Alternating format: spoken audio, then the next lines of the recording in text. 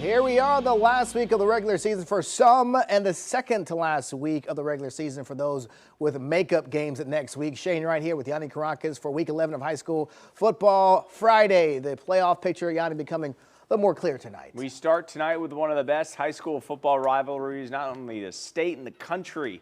The Muck Bowl between Pahokee and undefeated Glades Central. The Blue Devils came into this game having won the last 3 Muck Bowls. Yeah, they didn't want they'd want nothing more than to ruin the Raiders' undefeated season. Pahokee, a 6-2 record themselves, so 14 wins combined for these teams. Best records combined since 2017.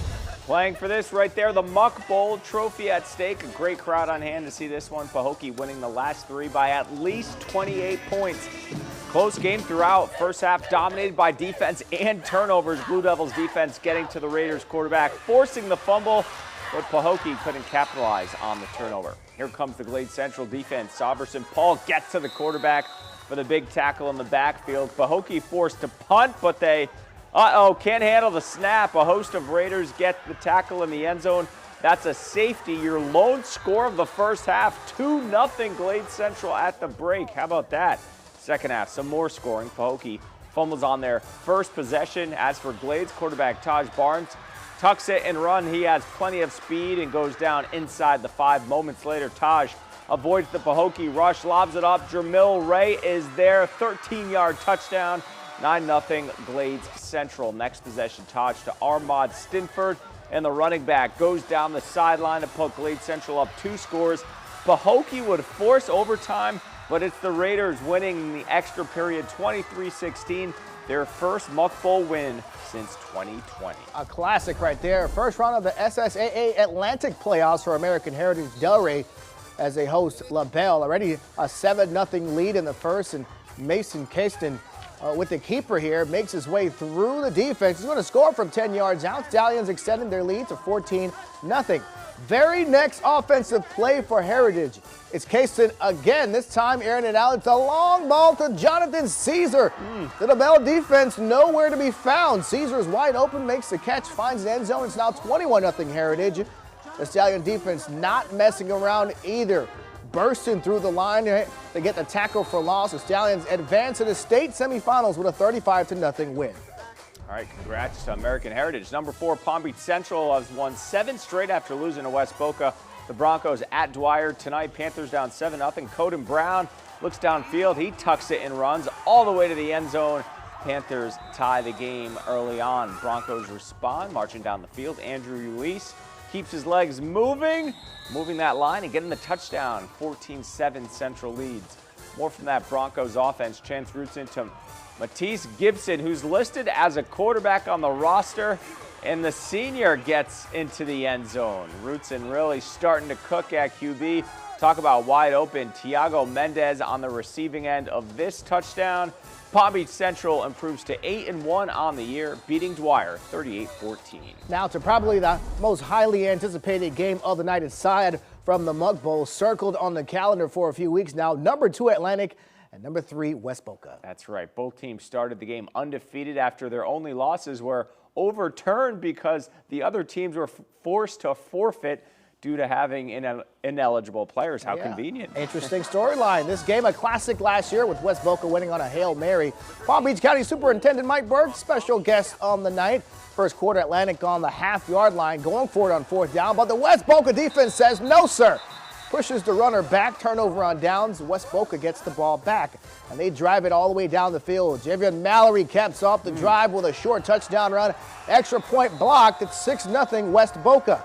Atlantic with answer, though. Lincoln Graff back to pass, rolls right, fires down the field to FAU commit Teddy Hoffman for the Atlantic touchdown. The extra point also blocked, so it's 6-6. But West Boca knows where its bread is buttered. Right back to the D1 prospect Mallory.